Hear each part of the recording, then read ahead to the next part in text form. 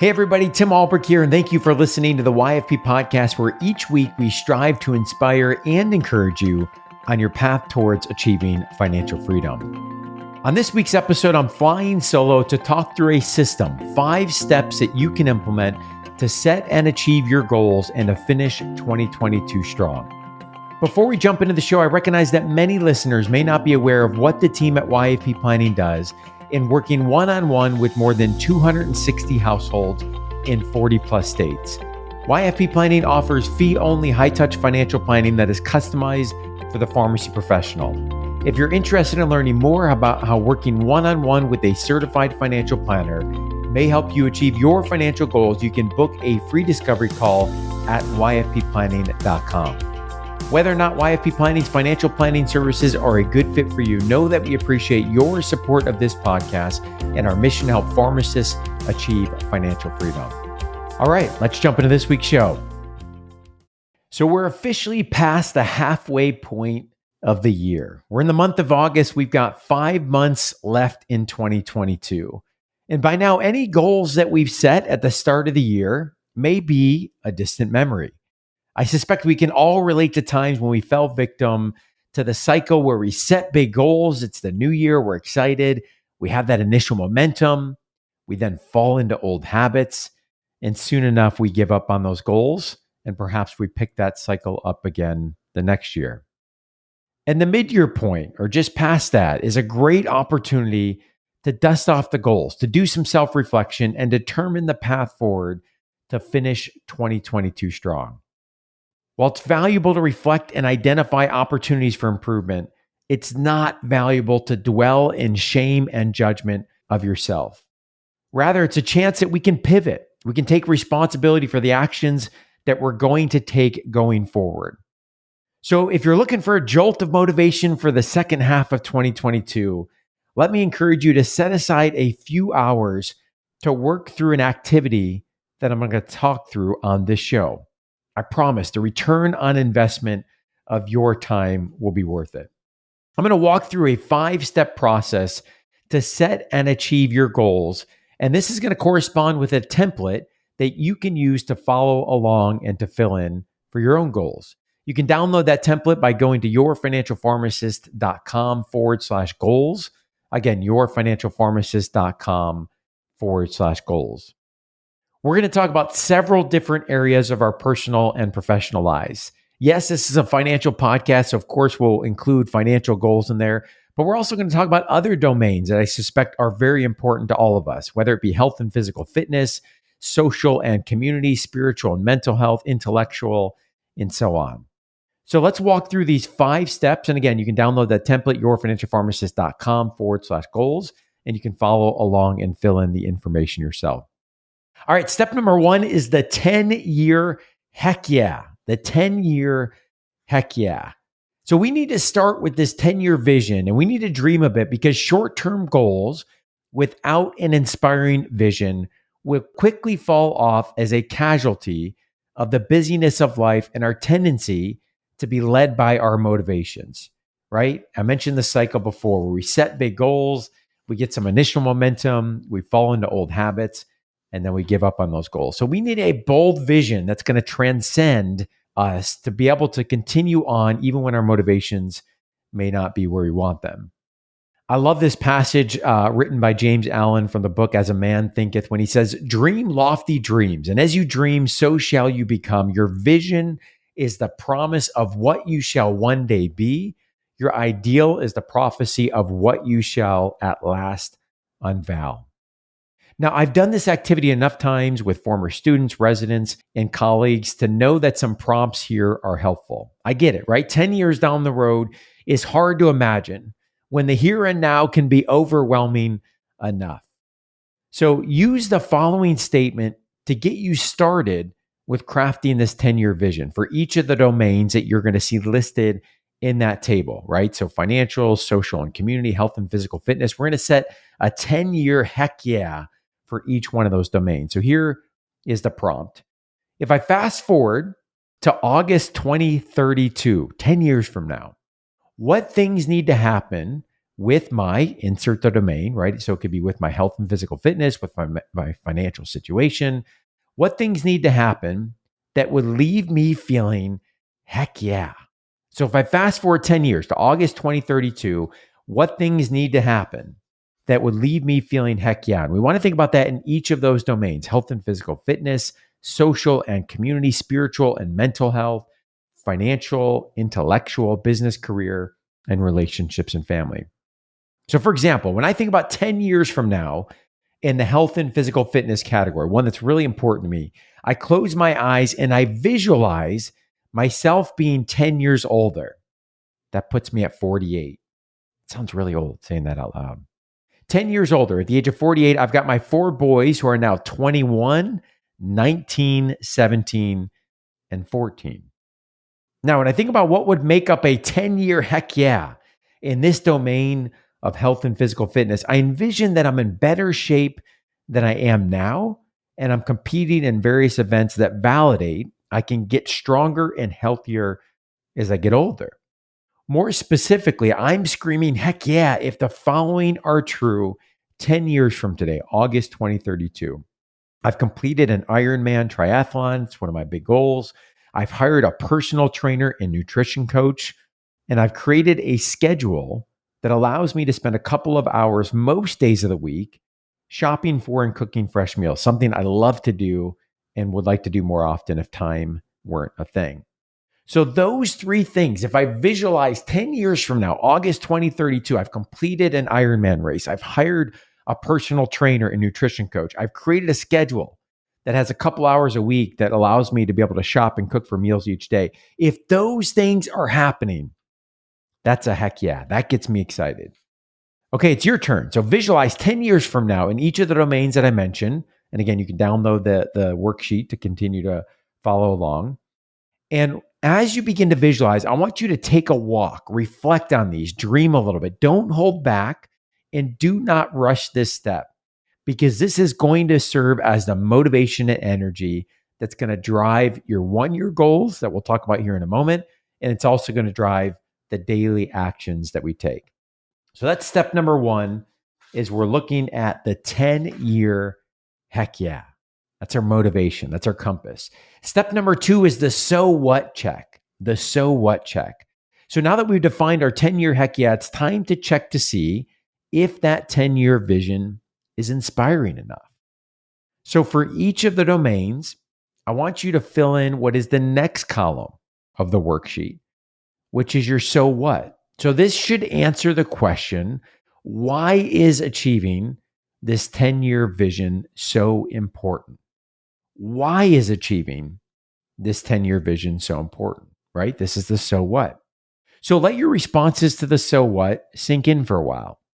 Because if you revisit them and they don't make you feel like you could run through a brick wall, it's time to challenge whether or not you're thinking big enough for 10 years into the future.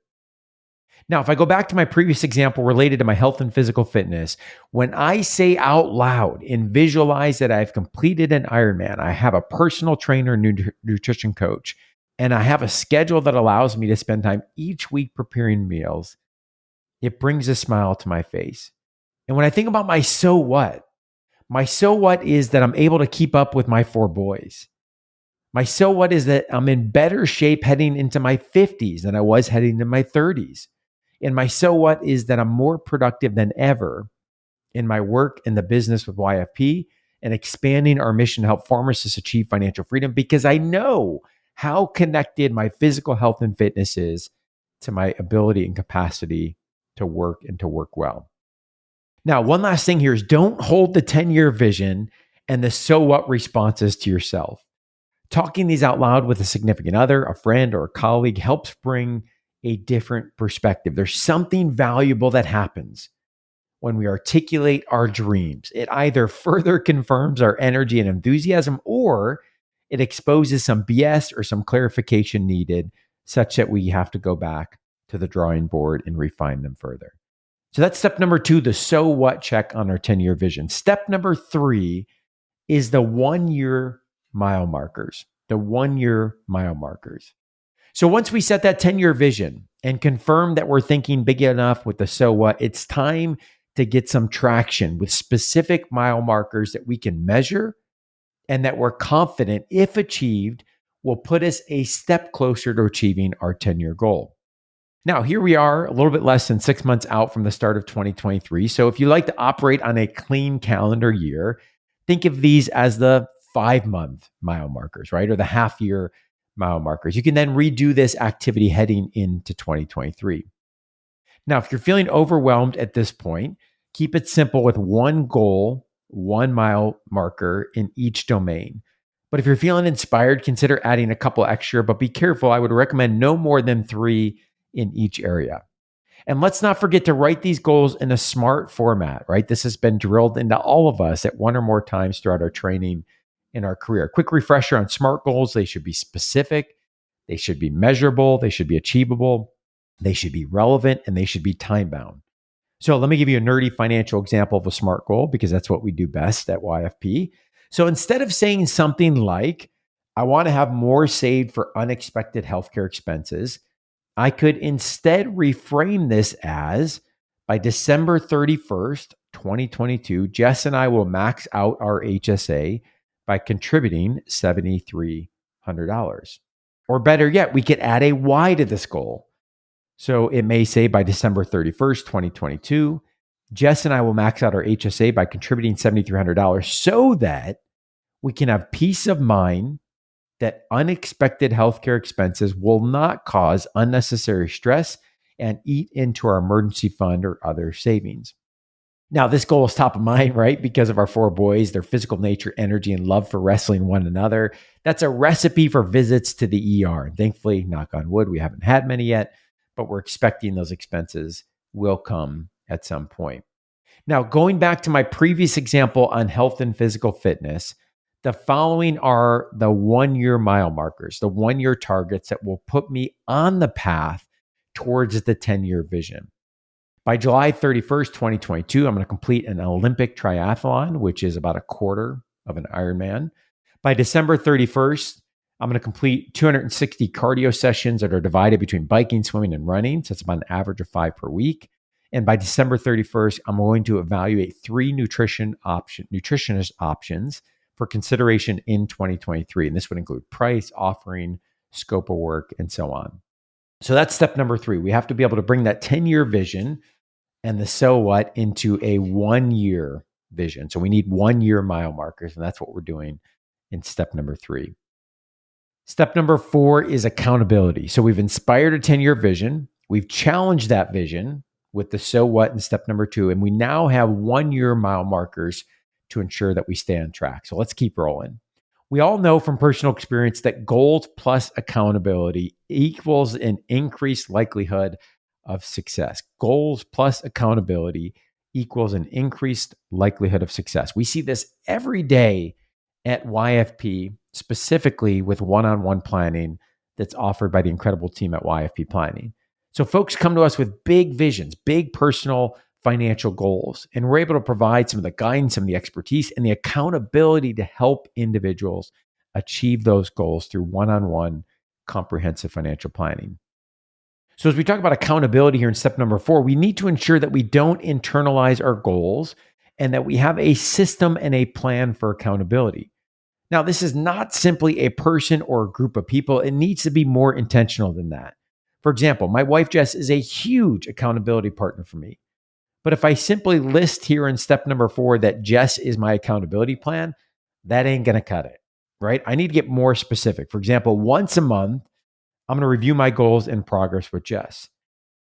This keeps me accountable, knowing that I'm going to update her each month. It also challenges her in her own journey and ensures we can get on the same page with knocking down any barriers to success, whether that be scheduling conflicts, watching the boys, and so on. Now, I would challenge you to find an accountability partner that is at least, if not more, on fire than you are about living an intentional life. Someone that will challenge and push you along their own journey. So that's step number 4 is accountability. And then step number 5, it's time to implement. It's time to make these 1-year mile markers a reality. And remember, that's our focus, because we've written them in a way that, if achieved, will put us on the path towards our 10-year heck yeah. So after you populate that table, and again, as a reminder, you can do that by going to yourfinancialpharmacist.com/goals to get a copy of that table. After you populate the table, print it off and put it somewhere visible. Build this into a daily or weekly rhythm that allows you to see these on a regular basis and be reminded of why you are trying to strive towards these goals. We need to ensure that the hard work that we just did doesn't end up on a piece of paper that gets put away somewhere in a drawer. So if we can develop a system to remind ourselves regularly of our goals, they start to become ever present in our thoughts. And when this happens, this is your signal that you're on the right path. Because we want these to become so second nature that we begin to visualize and see them as a reality, not as a hope, a wish, or a dream. Now, there are many ways to remind yourself of these goals, but let me suggest one that I have found to be most impactful. And that is to incorporate the review of these goals into a morning routine in a way that they can be visualized. So, not too long ago, I established as a part of my morning routine where I record and listen to these words each morning, along with some other affirmations and truths that I have to be reminded of every day. Because there's something powerful about hearing your own voice, encouraging yourself to strive towards the things that you've determined to be most important. It provides incredible energy and fuel to the day. For example, back to the example around health and physical fitness, I would say something along the lines of, Tim, visualize the following. At the end of 2022, July of 2022, you are in the best shape of your life because you've just crossed the finish line of an Olympic triathlon, arms high in the air. The boys are beaming with joy seeing their dad complete this race and want to do one themselves. Now, just hearing those words make me smile. And I can't wait to cross that finish line 2 weeks coming up this Sunday at the time of recording this when I complete my first triathlon. Because this started as a dream in the fall of 2022 and is nearing reality, all from setting a vision with a strong so what that led to the daily habits over the past 6 months that have prepared me for this race. So my challenge for you is it's time to make the most of tomorrow. Start by designing what you want tomorrow to look like rather than reacting to what the day brings. I hope you found this episode helpful. I'm looking forward to a great second half of 2022. And again, I would encourage you to download that template, yourfinancialpharmacist.com/goals. As always, thank you so much for listening and have a great rest of your week. As we conclude this week's podcast, an important reminder that the content on this show is provided to you for informational purposes only and is not intended to provide and should not be relied on for investment or any other advice. Information in the podcast and corresponding materials should not be construed as a solicitation or offer to buy or sell any investment or related financial products. We urge listeners to consult with a financial advisor with respect to any investment. Furthermore, the information contained in our archived newsletters, blog posts, and podcasts is not updated and may not be accurate at the time you listen to it on the podcast. Opinions and analyses expressed herein are solely those of your financial pharmacist unless otherwise noted and constitute judgments as of the dates published. Such information may contain forward-looking statements which are not intended to be guarantees of future events. Actual results could differ materially from those anticipated in the forward-looking statements. For more information, please visit yourfinancialpharmacist.com/disclaimer. Thank you again for your support of the Your Financial Pharmacist podcast. Have a great rest of your week.